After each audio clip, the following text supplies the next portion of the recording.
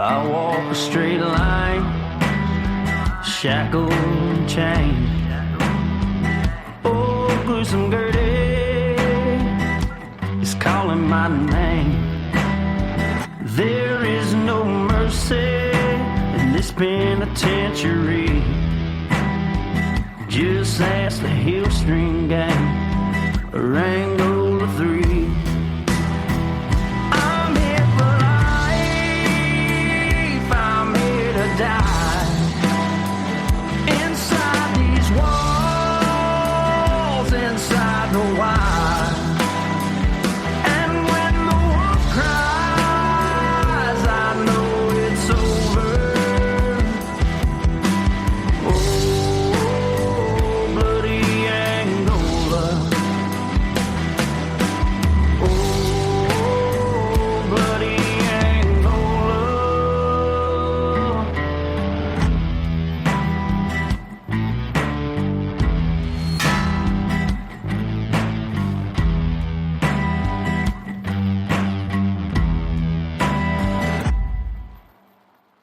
Hey, everyone, and welcome back to another edition of Bloody Angola, a podcast 142 years in the making. the complete story of America's bloodiest prison. And I'm Jim Chapman. And I'm Kelly Jennings, filling in for Woody Overton. Uh-oh, y'all. I know y'all are freaking out now. Hey, That's y'all. right. We've got the unspeakable one. 'Tis I.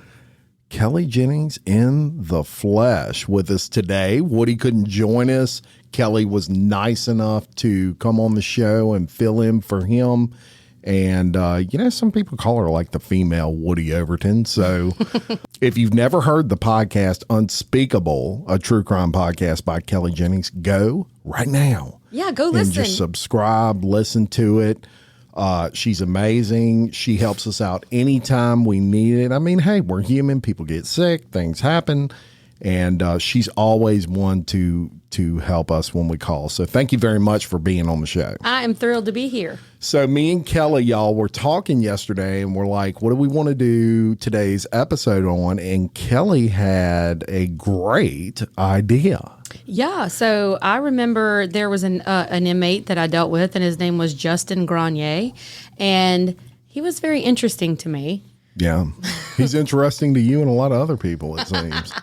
So before we get into what we talked about with this particular episode, I want to make everyone aware. Kelly has much like Woody, has a history in law enforcement. So Kelly actually worked at Bloody Angola. She was a classification officer at Angola. She is an educator. She has a master's degree in criminal justice.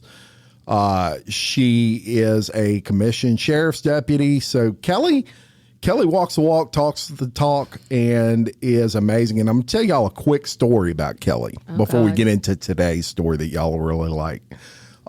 There are people in this world, and I am an observer of people. So I watch how people interact with other people, how they react to certain situations.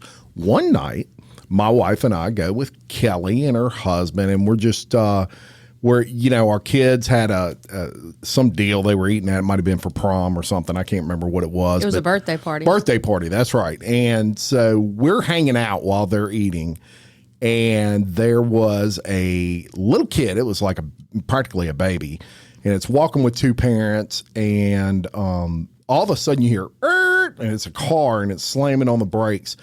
And I'm telling you, before you could even look up, Kelly was 5 steps across the street to grab this kid. So what does that tell me as an observer of people? Well, that tells me that's someone that does not hesitate when there's danger of any type. So Kelly's the real deal. And a lot of you who follow her, she has a very successful podcast. And those of you that follow it, you know that, you comment on that, and she's some people's spirit animal or whatever they say, and all those things. I didn't know a jackass could be a spirit animal. But, it's funny because the person who takes herself the least serious is Kelly. That's right. And so that just makes her a very endearing person, and she is an absolutely amazing storyteller. So with that, oh my God, I'm so embarrassed. let's talk about how we came up with today's episode. Yeah. So, Jim gave me a call and said, can you come be on the show? Woody's got some other stuff he's got to handle. And so I said, sure, no problem. And then there was kind of silence on the phone. And he was like, oh God, what are we going to do? And so I don't know why he popped in my head, but I just, when you work in a prison, okay, first of all, I'll tell you classification, if you're not familiar with it, we do, housing, custody, and quarters. Basically, you're dealing with the inmates, you're looking at their cases, you're determining whether they're, a high threat, medium threat, low threat within the prison system, right? And we look at the crimes that they committed and are they sex offenders or, whatever. And then we kind of classify them. So I dealt with inmates a lot, day in and day out. That's kind of what I did. And so, when I was there was 5,183 inmates. I remember that number. There was a lot of them. And so the names would kind of blend in together, but the faces, for the most part, I can remember seeing faces and I can remember specific instances of little things that had happened. But this guy popped in my head because this is the one and only time that this ever occurred. Oh, wow. This was the only time. Can't wait to hear this. No, it's not even that good. But I was in my office and I was doing some paperwork and there was a knock on my door and an inmate stepped in, and it was the only time, I'm dead serious, in all of the history of me working in corrections and law enforcement that I was like, holy shit, that is a good-looking man when he walked in the door. And he's a total prisoner. He's a total prisoner. And I don't know if you know this or not, but that's a problem in a prison setting. Whenever the free people, no, don't get it twisted, y'all. I was a professional, and this is not going to go anywhere. But there is a lot of but there's tomfoolery. There is a whole lot of tomfoolery that goes on in prisons, and that becomes a security issue if you want to be straight. So, like, my master's degree, by the way, is not only criminal justice, but it's security and administration. So, I take security very seriously, but I mean, I'm a human being, and holy hell, that was a good-looking man when he walked in the door. And so I remember kind of being like, ruh-roh, when he walked in, like, what did he do? And I immediately wanted to know what was his crime and what did he do. But, when you work in that setting, it's... what did he do? It was probably more like, what did he do? What did he do? Who did he, offend, and how could you possibly be offended by him, right? Right. All right. No, I don't want to forget there are victims to this case. Right. Okay. So I'm being totally silly, but, real quick before we get into his case, his name was Justin Granier, and he's actually all over the internet. And I really kind of think a lot of this is fueled by some real issues, but also because he's good looking and he gets attention for that. But whenever you're in pre-training, I guess, before you're released out into the prison, there's a lot of time spent talking to you about the seriousness of relationships in prison, right, and that there cannot be relationships in prison. Well, when I was training, I thought, well, no problem. Yeah. Like, I'm looking around going, no worries here. We got a bunch of walking around, right. But like I said, he's a handsome fella. Yeah. And it did grab my attention. And, for 5 seconds, it grabbed my attention, not long. Right. But anyway, he came in. And I mean, you're human. You're going to notice when a pretty guy, you're a handsome man, I guess, walks by. Listen, just because you're reading the menu doesn't mean you're taking an order. Right. Okay, so don't get it twisted. Right. All right, well, anyway, so he came in, and I remember he was wanting help with some paperwork, and it just kind of fell out of my mouth. I was like, what did you do? Which you're not supposed to do. Okay, but it just kind of like, what did you do? Yeah. Right? So records are kept up front, and you have to call for records if you ever need to, if you're going to evaluate an inmate for whatever it was that he was wanting. I don't know if he was wanting a job change or whatever it was. So I didn't know what he did, and I was just curious what he did. And he flat out just started talking to me about it and said, oh, well, I was involved in he told me it was, now what I'm telling you is what he told me, okay, while we were sitting there. But he said I was involved in a drug deal gone wrong, which I don't know if I've ever heard of a drug deal gone right, but He told me that he was a getaway driver when they were going to score some drugs at a gas station. And I thought he told me in Prairieville, but I don't know that that's actually correct. We're gonna get into that. Yeah. And I'm gonna give everyone the facts of that case. Good. So, and I was like, all right. So, and he's like, but I didn't kill anybody. And I'm like, okay, well, you're still busting up in a drug deal where someone died. That doesn't make it any better. You're still an accomplice, a part of it. You know, especially not in the state of Louisiana, right? Because in the state of Louisiana, we have a thing called, your principal to a law. I mean, to a crime. So just because you weren't the one who pulled the trigger, if you were there and you helped mastermind it, and you are just as guilty. You're just as guilty. That's right. And you know what? That's true. Yeah. You know what I'm saying? That's true. You don't have to be the one to pull the trigger. If that was the case, we'd have a bunch of little sissy boys running around with both their finger in the, in the trigger guard, pulling the trigger together. Right. That's not how this works. Yeah. So anyway, we finished our business that day and he walked off, but I just was so, I don't know. I was so intrigued by him because he didn't look like everyone else walking around the prison. He had he almost, and this is going to be weird because remember, interactions with people, your perception of people is only based on your interaction with them. Mm-hmm. And the interaction I had with him, he was very gentle. He was very calm. He was very chill, very just, this guy. And I remember thinking like, damn, you look like people I hang out with on the street. You don't look like what I'm normally dealing with. And what I mean by that is demographically. Okay. So majority of the inmates that I would deal with were going to be, African-American, inner city, drug deal, murder, that's demographically speaking. Mm-hmm. He was white. He was tan. His eyes were very, very green, like they almost glowed looking. Now, if they're blue, don't come at me, y'all. I'm just saying they were light. Yeah. I didn't stare that long. But, and he just looked like a young guy who, I don't know, he just didn't look like murder. Yeah. But what does murder look like? Right. That's exactly right. What does murder look? There is no look. That's right. So, and he had been down for a few years whenever I came across him. So I was like, golly, how old were you when this happened? I didn't say that to him, but I'm thinking, damn, like you don't even look that old. I mean, were you 8? Jesus. Yeah. So we're going to get into the facts of the case, and then we're going to talk about some interaction that you had with him. All right, y'all. So on September 15th of 2001. I was a junior in high school.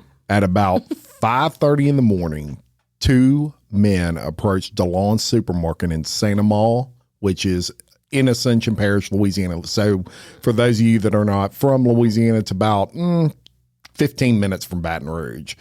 DeLon Supermarket is a very well-known supermarket in that area. I've been in there several times.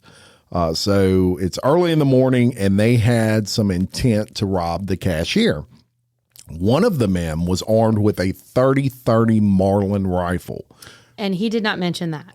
Yeah, he left that out of the story. He made it seem like it was like a little 380 or something they just happened to have in case. And let me tell y'all who aren't familiar with that, a 30-30 is a deer rifle. Yeah. So that is a very high-powered rifle, got a big bullet in there. But even if you didn't know that, I want to put this into context. Even if you didn't know the size of the bullet, it's a big gun.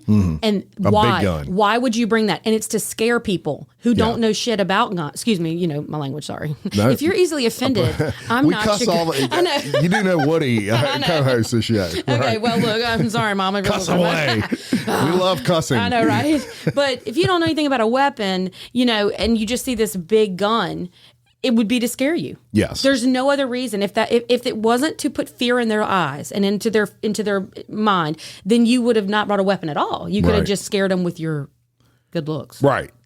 So one of the men had a 30-30 Marlin rifle. He shoots and kills Luke Villar, who was a DeLon's employee cleaning the parking lot. So imagine this. Look, this is really disgusting to me. Number one, I have 3 kids that work at a supermarket. So when I was reading over the facts of this case, I was getting more and more pissed. And he's cleaning the parking lot. He's basically sweeping. This is what happens. You get to work in the morning. Your manager tells you, hey, go sweep up the cigarette butts in the parking lot. Yeah. This poor kid, he's in high school, y'all. This is a high school kid. And he's sweeping up cigarette butts in the parking lot. And this guy pulls up, shoots him with a 30-30. The gunman then walked to the doorway of Dawn's and shot Angelina Weber, who was an employee standing by the cash register. So she's just sitting there counting her till. Yeah, just innocent. The most innocent of people and zero threat. Right. So the two men then run. They don't take any money. They basically shoot two people and run. Now let's get into that real quick before we go any further. Too. My thought process there, and Kelly, you are the expert in this. Why would they not take money and just run? So this is what I believe, and this is based on a lot of things that I've read and studied, is your expert opinion, if you will. Oh, yeah. I mean, yes, you're an expert. Okay.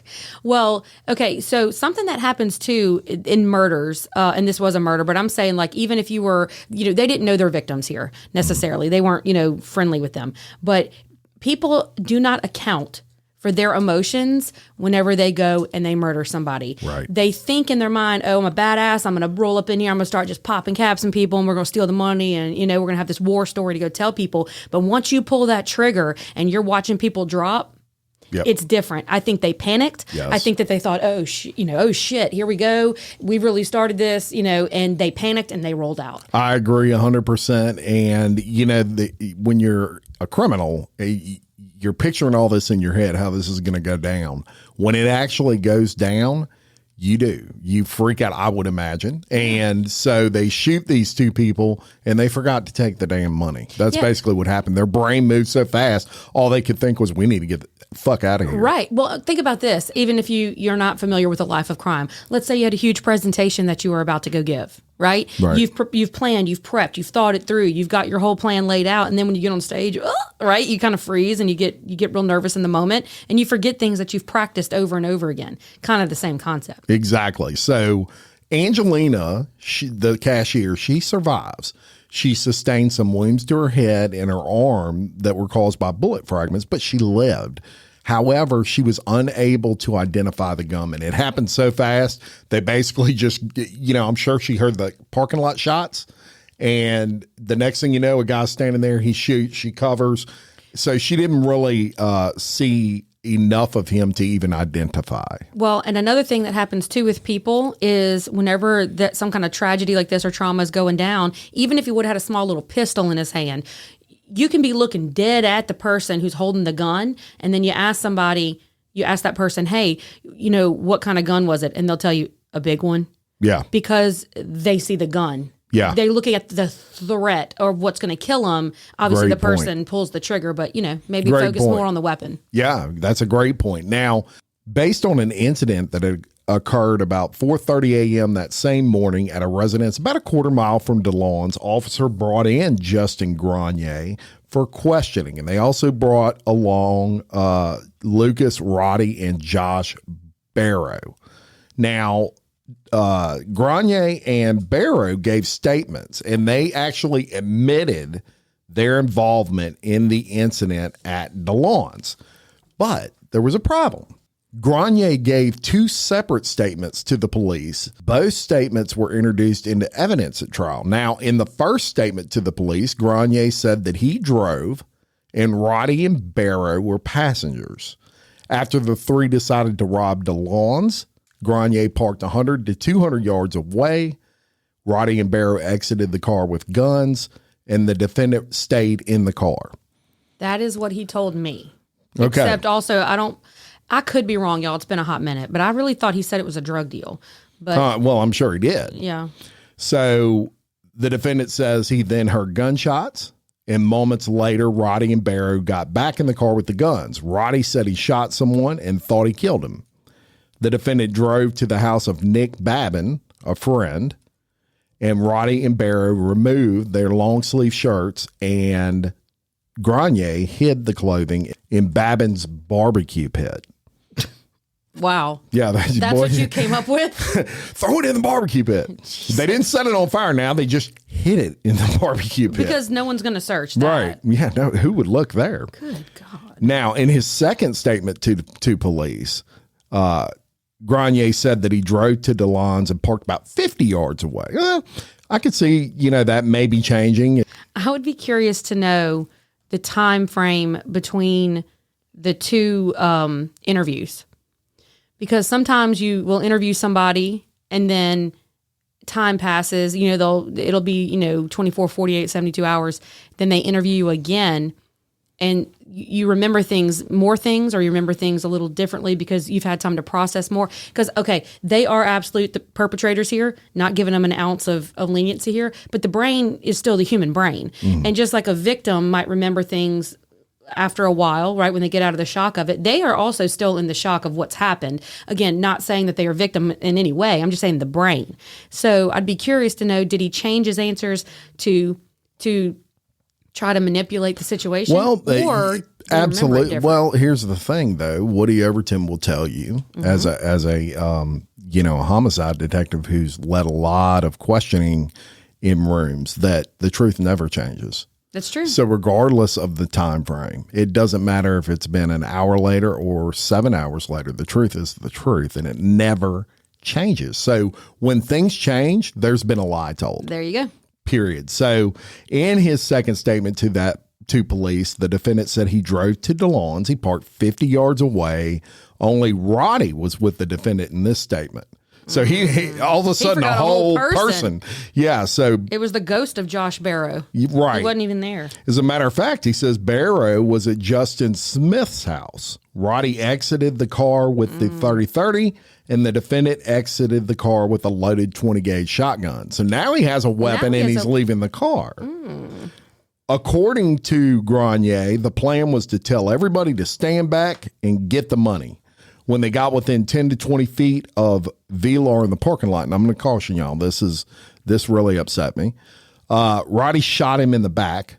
Coward 101. Vilar fell. Now, this is a teenager. Vilar fell, got up, and Roddy shot him again with a 30-30. What an animal. Yes. So at this point, Granier says he ran back to the car and did not fire his weapon. The defendant drove to Babin's house where, as we said, he and Roddy removed their long sleeve T-shirts and hide them in the barbecue pit. Now, at the trial, Granier testified that the first statement he gave to the police was true. So he gave two statements, and of course, at the trial, the attorney brings this up, and he says, so which one was accurate? And he says, the first one where I said I was just sitting in the car and I never had a weapon, that was the true one. Right. The other one was the lie. You're not going to invent a new lie that makes you look worse. You know what I'm saying? You're not. Why would you do that? Exactly. That doesn't make any sense. Yeah, so that's a big red flag.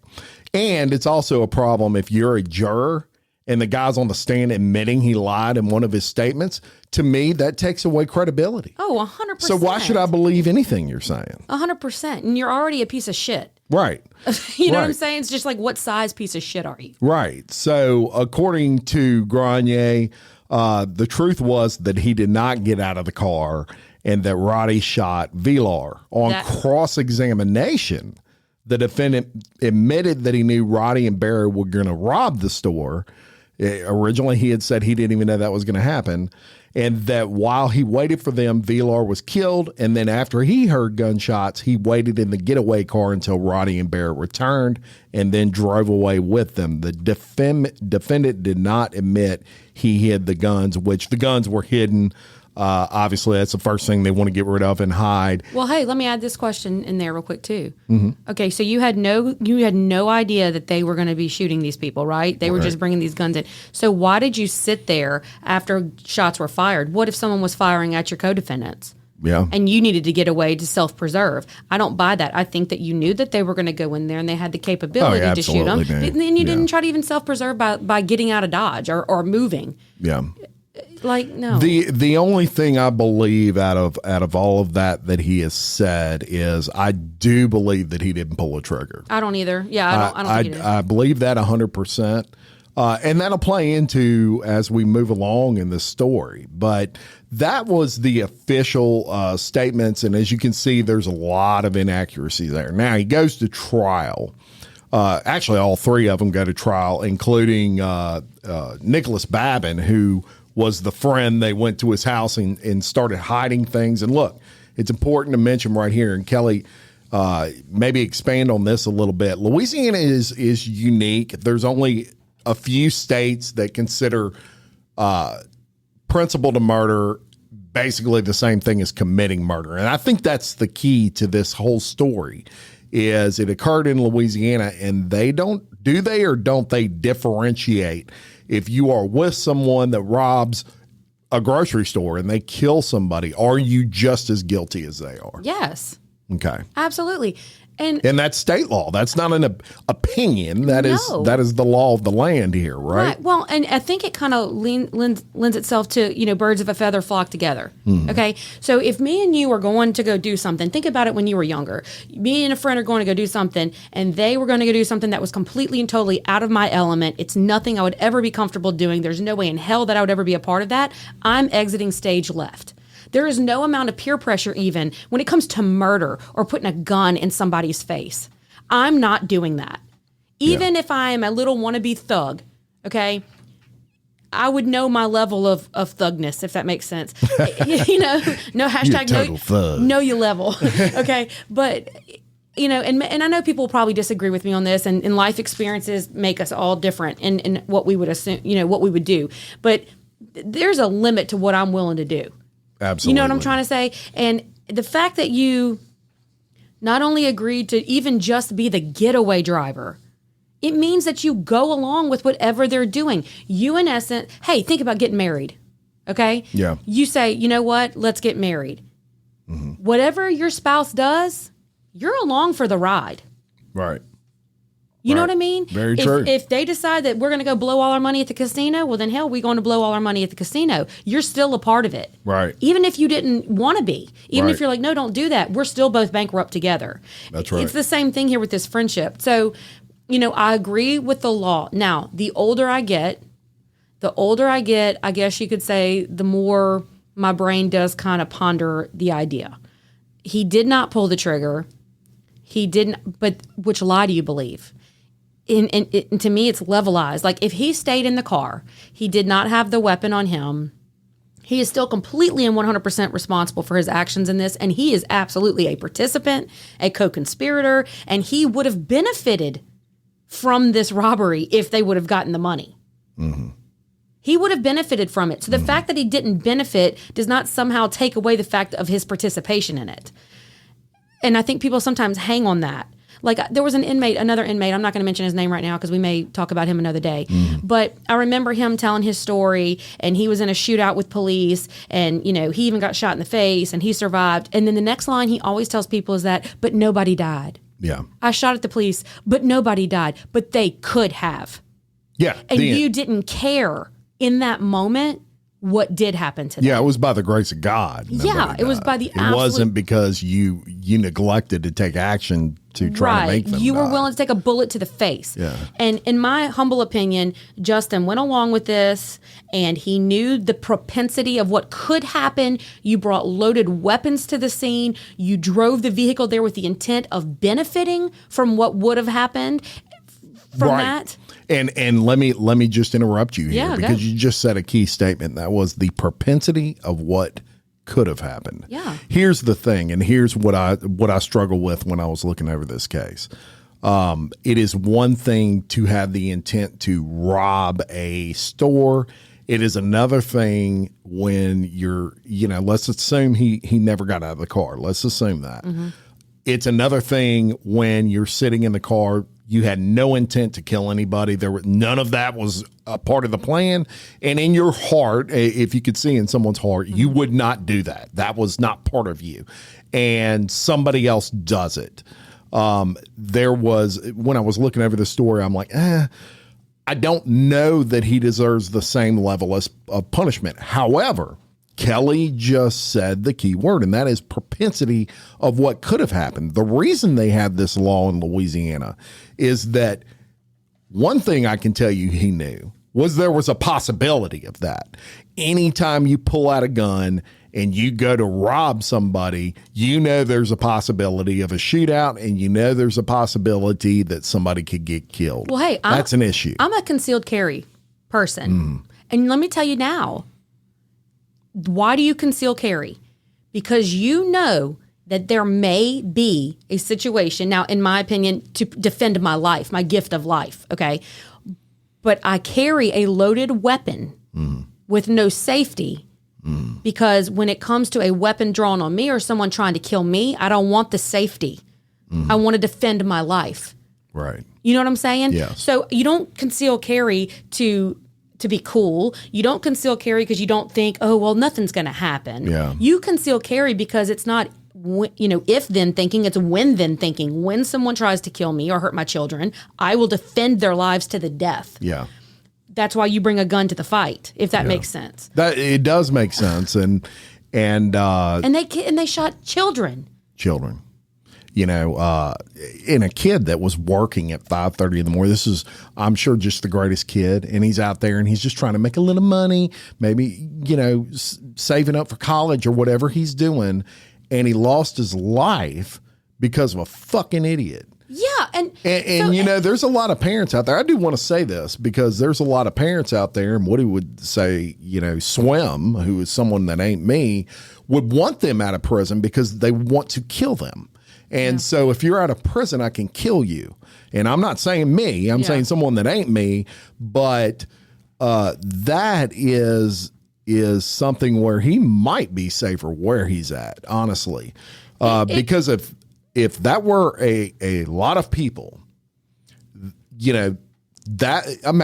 put yourself, people forget about the victims, Kelly. That's what I want to say. They forget about the victims. This isn't about Justin. This isn't about Lucas, Roddy. This isn't about Josh Barrow. This is not about Nick Babin. The whole case is about those two kids that were shot. Because I honestly don't give a shit how Justin and Lucas and Josh and all them feel, and how Justin feels like he's victimized in this because he didn't actually pull the trigger. That boy was shot. He stood up and tried to run away, and another bullet was put in him. He is the victim.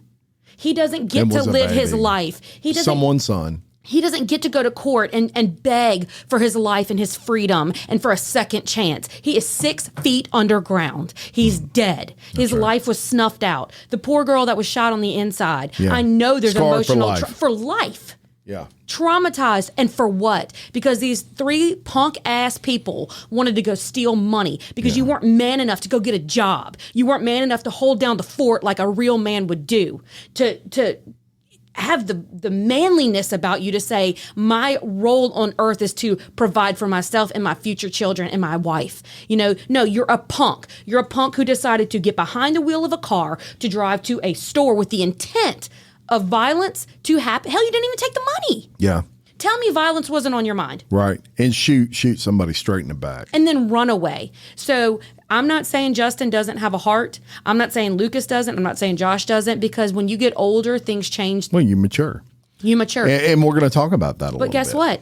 The victims never, or the victim that died never got to mature. That's right. So let's get to the kind of move forward in this case. And there were some interesting things. And I want to tell y'all what the sentences were. First of all, we'll talk about Granier. Okay. So Granier, initially, he was facing first-degree murder and attempted first-degree murder charges. Those were dropped down to second-degree murder charges. And I think that was because they could never prove that he obviously pulled a trigger. But also, first degree murder is going to be the intent and the planning and the preparation. Right. And they might have been were obviously more likely to get the conviction on the second degree, because it takes away that little muddiness of did he know, did he not know, did he have a weapon, did he not have a weapon. That's right. It makes it a lot easier to prosecute. However, in the state of Louisiana, second degree murder is a life sentence. Right. It's not like you drop down to 25 in parole, or anything like that. So, what it does take off of the table is the death penalty. That's kind of the difference between the two. First degree murder, you can get the death penalty. Second degree murder, it's life in prison. You can't get the death penalty for that. So it took that off the table. But Kelly's absolutely right. It takes away the problem of the prosecution to have to prove that he had intent and all those sort of things. So well, and if you want to do another comparison too, a lot of people were familiar with the Casey Anthony trial, and everyone knows she killed her kid. There's no question. I'm sorry, there's just no question. But the reason that she was not convicted is because they went so tough, but they could not prove manner of death in that case. And if you can't prove manner of death, then how can you prove, 100% or beyond a reasonable doubt that's how that death happened. And so I think they were trying to avoid that type of situation there. Right. So he goes to trial, and he actually pleads not guilty. And you may wonder, well, why didn't he just plead guilty and take a plea deal? Well, there was no plea deal. He had nothing to lose. I mean, you're looking at life in prison, period. You have nothing to lose by pleading not guilty and all of those sorts of things. So he gets eventually convicted, 2nd-degree murder. He gets life in prison, no parole. Lucas Roddy, who was the accomplice there and the guy that he says pulled the trigger, eventually got convicted and sentenced to life in prison. Nicholas Babin, who was the guy they went to the house and hid the shirts and all that, he was guilty to accessory after the fact to attempted murder. He testified against Roddy and agreed to testify against Granier. And so he kind of got a plea deal on that and got, 10 years in prison or whatever it was. So, in 2nd-degree murder, too, it says in the law, too, that there may not have been intent necessarily like planned long-term that you were going to kill that person, but you did. Luke Villar didn't intend to die that day. Right. And so I think this is one of the frustrations, and we know we already said it, but it's not about these guys that did this. You know what I'm saying? The justice is about, we'll never have justice because if it was justified. Unless you can raise him from the dead. Right. Which, only one man's ever done that. So, yes. This at this point is just like, do we kill you or not? And I know maybe I'm a harsher penalties type of lady, but in my opinion, Lucas Roddy should have got the death penalty. There's no excuse. You took a gun, you shot and you killed somebody, and you tried to kill the other person. I'm done with you. Bye-bye. Justin, I'd be willing to give a little bit more leniency to if he did not get out of the car. Plus, he did not pull a trigger. Life in prison. Josh Barrow, same. If you didn't pull a trigger, you were there, life in prison. If you wanted to level it out. But if I was the mother of Luke, then I'd be like, kill them all. Right. I would too. And I'm glad you brought up mothers, because a mother would become a key in the appealing of this case. Now, y'all, anytime someone gets sentenced, especially to life in prison, the death sentence, whatever it is, get ready for the appeals to roll, because they're all going to roll. And we've talked about this so many times on Bloody Angola. But convicts have 24 hours a day, 7 days a week to do nothing but read law books and find holes in the system. Well, and he's got to, because it's without the benefit of probation, parole, or suspension of sentence. Yes. So he's got to find a fault. Or else he's stuck. Right. And they have nothing but time. Right. To do that, right? They even have, prison lawyers, if you will. Kelly, tell us a little bit about prison lawyers. Yeah, I kind of chuckle at that. So they call themselves, inmate lawyers or whatever. Y'all, that just means they can read and write and that they can interpret. I'm not saying they're stupid or anything. It's just that the average inmate, I wouldn't say was of the, top of the food chain intelligence-wise. But they're familiar with the system. They're familiar with, things they've seen over and over again. And so they're able to help other inmates kind of. They know the statutes like the back of their hand, and they're good at finding holes. They didn't pass the bar exam though. Don't get it twisted. No, yeah, they're not F. Lee Bailey. No, for sure, to be sure. But they are definitely smarter than the average bear in there. Yes, and they do nothing all day but read law books, and so they and it also keeps them safe in prison because nobody messes with the inmate lawyers. They don't bite the hand that feeds you if they're willing to help you. Then. That's right. So eventually they start working towards these appeals, and a mother would play a key role in that. So this mother's name was Gladys Mobley, and Gladys Mobley was one of the jurors in this case. And upon appeal, Granier's legal team, I guess you could say, discovered an issue. And it was he has a legitimate gripe here. And that gripe was Gladys Mobley's son worked at the DeLon's supermarket. Bingo. Because if you believe in the Constitution, like I do, okay, then, all right, we now have to make sure that they get, a fair, impartial trial. Yes. To be judged by a jury that will be fair and have no preconceived notions about these people or any type of emotional, something or another. That's right. So it becomes an issue. And now there is something called voir dire. And voir dire, tell us what voir dire is, Kelly. Basically, you have I don't know if the word's right, but we should all be privy to the same information. Prosecution and defense should both all be privy to the same information, and then we work our case based off of that general knowledge that everyone is aware of. That's right. And so voir dire would be the jury selection stage of that trial. And during voir dire, you have to disclose if you're aware, even if you're the prosecution and you're aware of a conflict with a juror, you have to disclose that to the defense. Right. Because imagine if you've got a jury pool and you're in a small town and like Uncle Eddie is 30. Well, hey, think about our parish we live in. Everybody's related. Everyone's the last name Sibley. Everybody, so you never know who's related to who. That's right. So they discover this connection. And so obviously his legal team, some of them I'm sure were smart, said, I wonder if we can prove that the prosecution knew and omitted to tell the defense this information. Well, and the question is why? Yes. Why would you omit that unless you knew that you had some kind of leg up using that person as a juror, right? That is the question. So they start digging and they start looking through interviews that police held, and they come across one. And the police conducted an interview with Mark DeLon. Now, Mark DeLon was the owner of DeLon's supermarket. And the notes indicated that DeLon identified a Samuel Mobley as an employee who had been terminated. So he wasn't working there at the time that this occurred. But I'm sure when the police were interviewing DeLon and they're trying to figure out why this would happen, did anybody have a grudge against this kid? They're putting together a case. They say, well, who have you fired lately? And he must have mentioned, well, we did fire a guy by the name of Samuel Mobley recently. And, they were maybe trying to piece that to, well, he would have a motive to do this.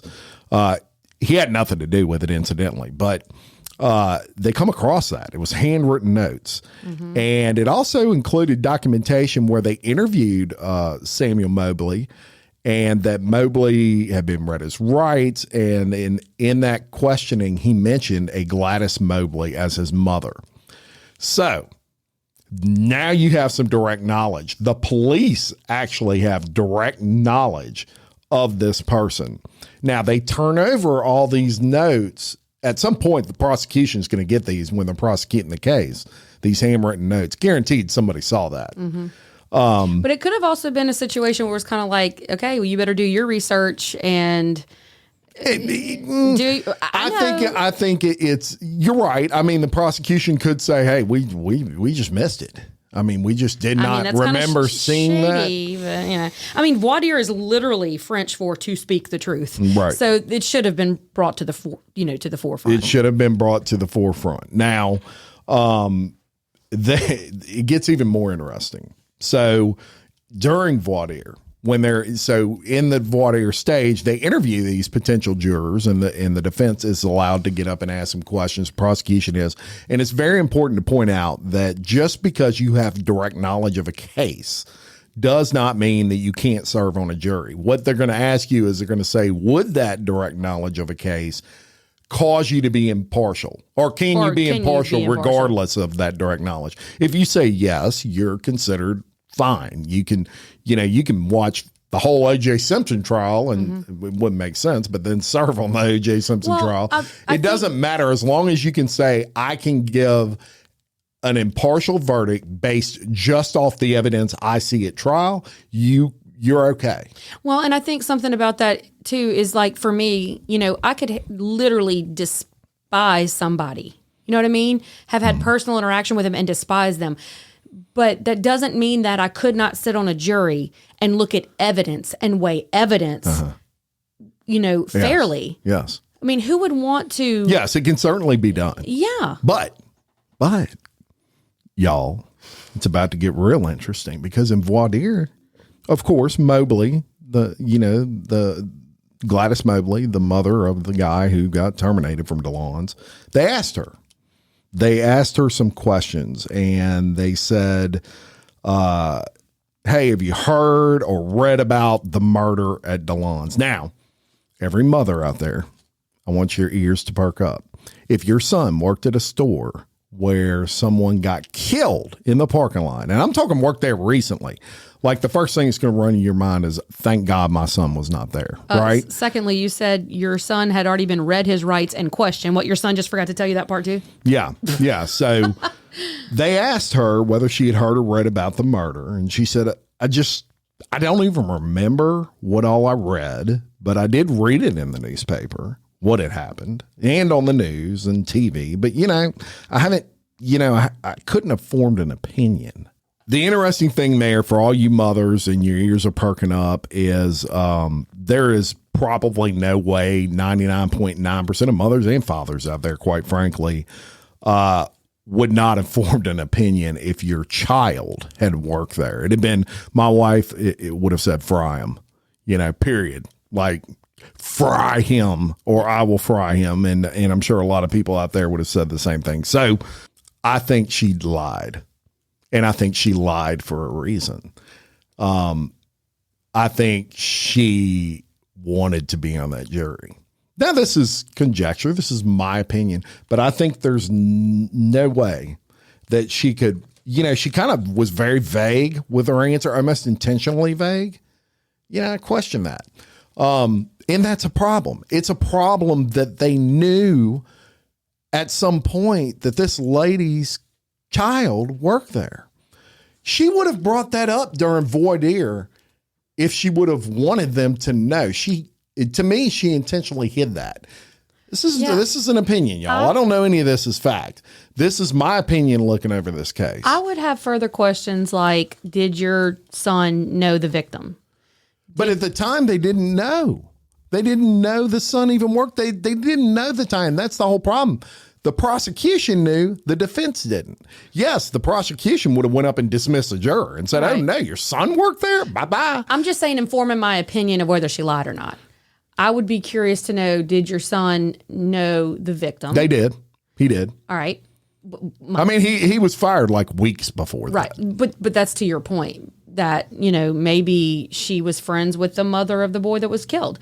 This could go very deep. And I'm just trying to point that out. And also her son who was fired was the same age as the kid that was killed. But think about it. If our kids work together at that grocery store or that supermarket or whatever place you want to talk about, then and you and I knew one another, then it would come up in conversation. Absolutely it would. Like, oh my God, thank God our kids weren't working that day. Or, oh my God, that could have been our kids. I don't want to seem like I'm coming after a woman who was innocent in this crime. I mean, she was just, on the jury and had a kid that worked there. I don't want to seem like I'm attacking someone because I'm not.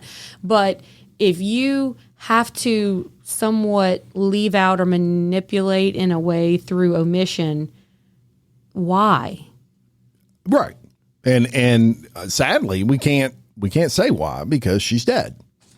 She passed away. So that became an issue because you can't pull her in on an appeal and put her on the stand and say, Miss Gladys, why did you not tell anybody that your son worked there?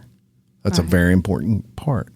You can ask the prosecution, why didn't you mention it? But it'd be real hard to prove whether they even knew. And I'm sure they're denying that to this day. They knew. They probably knew. They can't ask her, what was your reasoning for being so vague on your answers during voir dire? Why didn't you mention that? Because she's not alive. So this was a big part, as you can imagine, of Granier's case. And he fought it, as he should have. And it kept getting kind of denied as he moved through the courts. So they fought this all the way to the Supreme Court. And I watch Supreme Court rulings a lot. This was one I'd say, I don't agree with. And I typically agree with Supreme Court rulings. But Supreme Court basically stated that they denied his appeal And they said the reason was she was no longer alive. And so there's no way to ask her, when you voted he was guilty, were you impartial? Yeah. There's no way to ask. She's not alive anymore. There's no way to ask her this. So in the Supreme Court's eyes, they have to go with her thought process at the time and assume she was being impartial. However, I have a problem with that because that could be anybody. It could be someone that's totally innocent. He's not, but it could be. And in that situation, everything beyond voir dire should have been thrown out on her opinion because she was a witness who was compromised. And this is my opinion. I'm not saying that he needs to be let out of jail. Please don't misunderstand. I'm not saying that. Does he deserve a new trial because of that? That's kind of a major thing. And I would probably say a new trial, really, if we're sticking to Constitution, is valid here. Yeah, and I'm a constitutionalist. I believe in the Constitution. I also believe that boy should still be alive that they killed. Absolutely. I would wonder as far as the jury vote went, because it was not unanimous, correct? Correct. No, boom. It was unanimous. Okay, either way. Ready? Yeah. It was a unanimous vote on that. So what if they switched hers to the opposite? It would still be a majority ruling. Mm-hmm. And again, I'm not a lawyer in that sense, so don't be like, if you're a lawyer, listen to this, don't be like, that doesn't matter. I'm just saying logic from an average person's point of view. Would her vote, if it would have been no? Because I think the whole argument here is, would she have voted, did her vote somehow, flip the switch of whether he got the life in prison or not? Well, if it's a unanimous vote, okay, well, nix her vote then. Take it out. Mm-hmm. Take it out. Well, then did it affect? But then you could come in and say, yeah, but maybe she was in there behind closed doors and she was swaying the rest of the jurors to be able to vote. It just goes down a rabbit hole. Yeah, it's a big rabbit hole. And look, can they poll other jurors and find that out? I mean, they're free to speak about that after. They can say, well, 3 of us were not going to go that way, and Ms. Gladys kept convincing us he did it. I don't think. Some people just want to serve on a jury because it's like, something that is a very high profile case. And maybe this lady just wanted to be on it. Maybe she was being totally impartial. She has passed away, so there's no way to ask her that question. However, it is a big issue with this case. I personally do looking at everything as a whole and being impartial, trying to be impartial myself, I do think he's got a legitimate right for a new trial. Mm-hmm. I do think that he would be found guilty again. I do too. Because regardless of her impartiality, whether it was there or not, he's admitted to this. And in the state of Louisiana, you are principal to murder. And when you're a principal to murder, you are just as guilty as the murderer, and you get the same sentence. That's the bottom line because Stone Cold said so. I mean, that is just the way it rolls. Well, how about this? How about educate yourself in life before you go become a murderer or principal to a murderer? How about you just don't do it? How about you be a good person? Yeah. How about you go to DeLon's, put in an application, and sweep concrete at 5:30 in the morning? Right. Instead of deciding to, arm rob and murder people. I believe in the Constitution. I'm not a bleeding heart type of person. I'll try to look at things, black and white, but with an ounce of common sense sprinkled in there. Mm. And in this instance, I'm sorry that you made a mistake that made you throw your whole entire life away, but you murdered someone and you were part of them, and they no longer have their life. Yeah. You were a part of that. You may not have pulled the trigger. You're not a victim. And maybe, look, we're all human. And when you look at something with your blinders on and you don't allow things to distract you, this guy did not kill anyone. He did not take someone else's life. And that is just a fact. And none of the evidence points to he pulled any trigger. Did he provide a vehicle to get them there? Absolutely. So, well, I don't know if he provided the vehicle. He was in the vehicle. He drove, and And you're like, okay, well, he drove. He didn't kill somebody. Well, guys, I mean, it's a puzzle. It's pieces to a puzzle. And once they all go together. Look, it is the law of the land in Louisiana. Yeah. And you were a part of it. And that's all you have to be. We want to mention that he is in Angola. He's been there, I think it's like 14 years now. And he's done a lot of good things. Mm-hmm. One of the things he's heavily involved in is the hospice program in Angola. Mm-hmm. And Kelly, isn't there a TV show that I think it was on Netflix? You can catch some of these on YouTube, but it covers the guys that work in that hospice program. So. Yeah, and to work in that program, I will give you this: you have to be a good inmate. You're not somebody who's sleazy and skeezy as far as on paper behind bars, because you're taking care of people in their end of life. And regardless of what someone has done, we as a society are judged or should be judged by how we treat those that are dying, those that are sick, and those that cannot help or defend themselves. Mm. So I will give him kudos for that he would be on this hospice team and be there to love and care for someone in their end of life and to take care of them. And I think that's honorable. And I'm not going to take that away from him. No. Look, he's also an ordained minister now. But he was not an ordained minister when he killed that poor when he was there. And I just have to keep bringing it up. No, you're right. But look, I'm glad that the young man needs to make change. Is trying to make the best life that he can and be the best person he can while he's locked up. If we there's want any that justice for in it, all inmates. If there's any justice or if there's any value to that young man's death, I would hope, if you're just looking at it objectively, that maybe he was used as an avenue for someone else to become a better person and to impact other people's lives. I mean, if you had to look for something positive in it, and that's easy for me to say because I'm not related to the victim. Right. But, making those positive changes, becoming an ordained minister, taking care of people who cannot help themselves, feeding people. They also make blankets, or they did when I was there, and then they sell those at the rodeo if you go, and they all benefit that hospice program. And it's like guys that have committed murder on sewing machines, like quilting. Right. And you said this earlier, and that is, people mature. They do. People grow up. Mm-hmm. And we hope that that Mr. Granier has matured and grown up. It appears that he has. All of the reports coming out of there are reflective of someone who in society would be a good human being. And he probably would. Mm-hmm. I have nothing to base that on other than, obviously what we're being reported to about his behavior.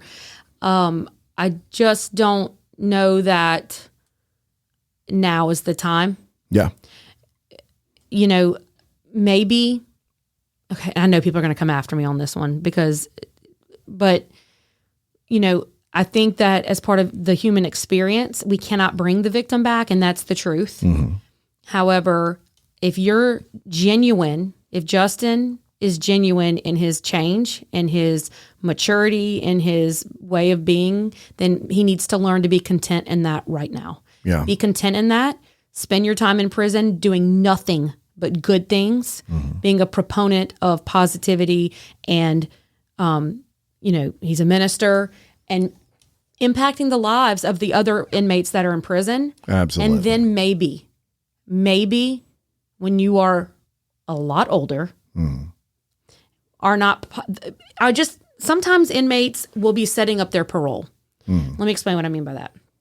And I'm not hating on Justin. Okay. I'm just trying to give you some other viewpoints here. Yeah, we're actually, I guess, giving him a attaboy for doing the right thing. The change that he has shown. Absolutely. I think some inmates I know for a fact, some inmates are just trying to set up their parole portfolio. Mm-hmm. Maybe they have no intentions of continuing to be a minister outside of this. No intentions of. Maybe not. I mean, or maybe they do. But something big to me, and this is just a personal thing because I've seen this over and over again, is have we ever seen in writing, on record, anywhere him apologizing directly? I don't know. That's a good question. Maybe he did. Maybe now it is important to bring up that there are some. Look, a lot of people are not allowed to communicate with right. The victim offender dialogue would have to be a reach out from his family. Yes. But I'm just saying it's free and it doesn't have any contact for you to stand there and say, I was wrong. I robbed you of your life. You deserved more. You should still be here. If I had not participated in this, there's a good chance maybe you would still be here today. And that heartfelt reach out that I'm wrong. I'm dead wrong. I'm wrong for everything that I have done. Yeah. You know, and there's a difference between asking for forgiveness from someone and pushing out the I was wrong. Amen. I agree with that. And look, Woody and I say it all the time. Kelly says it on Unspeakable, a true crime podcast by Kelly Jennings all the time.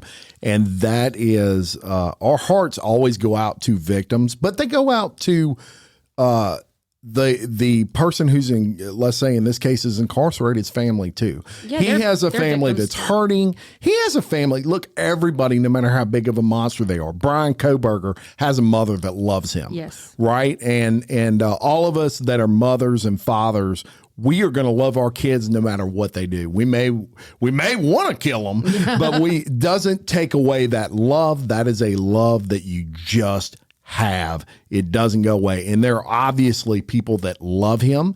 He has a YouTube, and I mean, it ain't his YouTube. I'm sure someone's running it for him, his family. A Facebook, a TikTok, a Twitter, all those things. And it's all, free Justin and all that sort of stuff. So there's a family there that misses him, that loves him. And our hearts go out to them too, because I get it that they're hurting. I understand that as a father, I totally get that.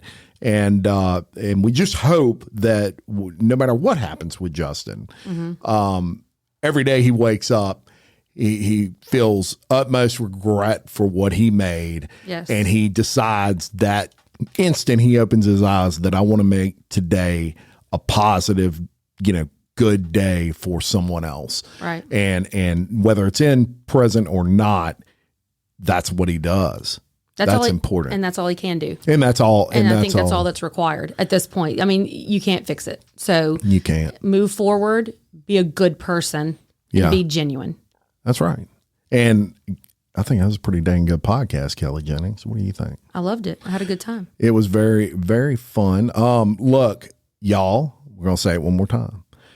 Go follow Unspeakable, a true crime podcast by Kelly Jennings. If you enjoyed this episode, you get pretty much that minus my voice every week on Unspeakable. It is one of the hottest true crime podcasts in the country, bar none. She is an amazing talent. She tells a story like no other, and there's only one Kelly Jennings. I'll say it all the time.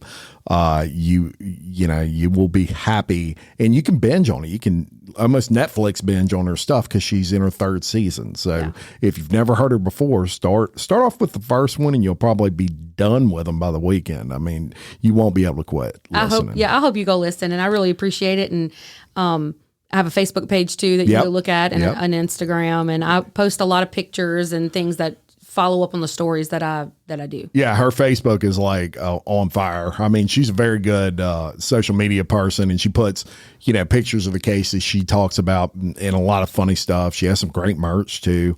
So check her out, Unspeakable Kelly Jennings. We're going to link it into the description of this podcast. So all you got to do is go down to the description and click on it, and it'll bring you right to her Apple Podcast page, and then we'll have a link for her Facebook as well. Thank you so much for helping us out today. I really enjoyed it. It was a good time. And until next time, I'm Jim Chapman. And I'm Kelly Jennings, filling in for Woody Overton.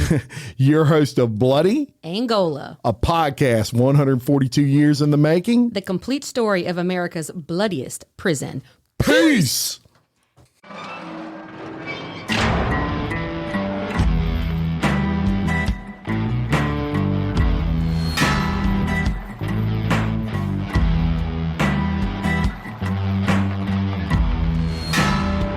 I walk a straight line, shackled and chained. Oh, gruesome Gertie is calling my name. There is no mercy in this penitentiary. Just ask the Hill String Gang around